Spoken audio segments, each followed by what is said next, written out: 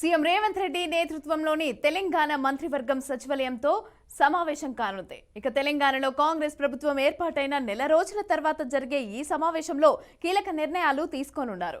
ఈ కేబినెట్ భేటీలో ప్రధానంగా 6 హామీల అమలుకు సంబంధించిన ఎజెండాపైన ఇప్పటివరకు రాష్ట్ర పాలనపైన సమీక్ష జరిపే అవకాశం ఉందని భావిస్తున్నారు. ఇక దీంతో పాటుగా ప్రజావాణిలో వచ్చిన ఫిర్యాదులపైన కూడా చర్చించి నిర్ణయం తీసుకోనున్నారు. ఇప్పటికే 2 గ్యారంటీలను అమలు చేసిన ప్రభుత్వం మిగిలిన 4 గ్యారంటీల అమలుపైన కూడా చర్చించనున్నారు.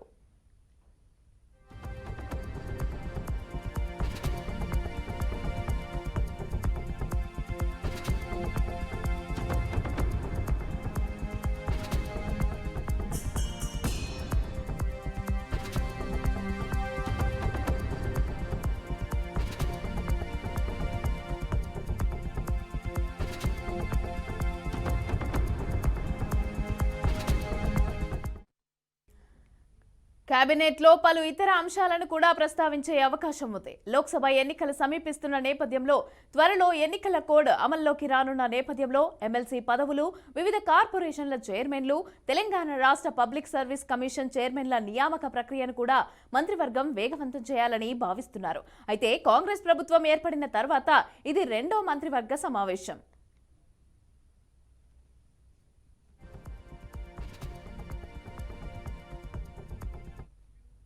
రెడ్డిక ఈ అంశానికి సంబంధించి పూర్తి డీటెయిల్స్ మా ప్రతినిధి వాసు అందిస్తారు. వాసు చెప్పండి, ఇక ఇవాళ అయితే భేటీ జరగనుంది. తెలంగాణ సీఎం రేవంత్ రెడ్డి అయితే ఈ పాలనకు సంబంధించి నెల రోజుల నుంచి ఎలా జరుగుతుంది అని చెప్పి దీనికి సంబంధించి మాట్లాడే అవకాశం ఉన్నట్టుగా తెలుస్తోంది. డీటెయిల్స్ ఎలా ఉన్నాయి?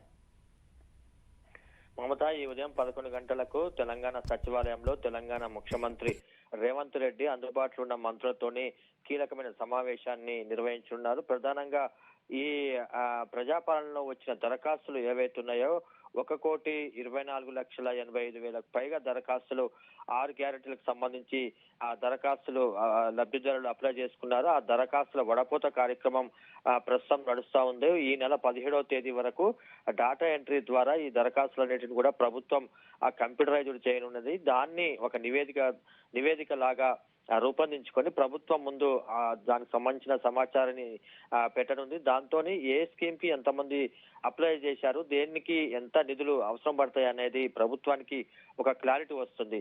దీని గురించి చర్చించేందుకు ఇవాళ మంత్రివర్గ సమావేశం, అంటే క్యాబినెట్ అన్అఫీషియల్ క్యాబినెట్ అనుకోవచ్చు, క్యాబినెట్ కి సమావేశం కాదు. అందుబాటులో ఉన్న మంత్రుల్ని సీఎం రేవంత్ రెడ్డి సచివాలయానికి సమావేశానికి ఆహ్వానించారు. దీంతో పాటు సీఎం రేవంత్ రెడ్డి ప్రభుత్వం కొలువుదీరి నెల రోజులు దాటింది. నెల రోజుల్లో ఏ కార్యక్రమాలు చేపట్టాము, ఇంకా ఏ కార్యక్రమాలు చేపట్టాల్సి ఉంది, అట్లాగే సమస్యల పరిష్కారానికి ఏ రకంగా ముందుకెళ్లాలి, నిధుల సమస్య అనేది ప్రధాన అడ్డంకిగా మారింది కాబట్టి దాన్ని ఏ రకంగా అధిగమించాలనేది కూడా ఈ సమావేశంలో చర్చించనున్నారు. ప్రధానంగా అందుబాటులో మంత్రులు, ముఖ్యమంత్రి, సిఎస్ శాంతకుమారి, అట్లాగే డీజీపీ రవిగుప్తా, మిగతా ఉన్నతాధికారులు కూడా ఈ సమావేశానికి ఆహ్వానించారు. జిల్లా కలెక్టర్ల ద్వారా కూడా టెలికాన్ఫరెన్స్ తోని మాట్లాడే అవకాశం ఉంది.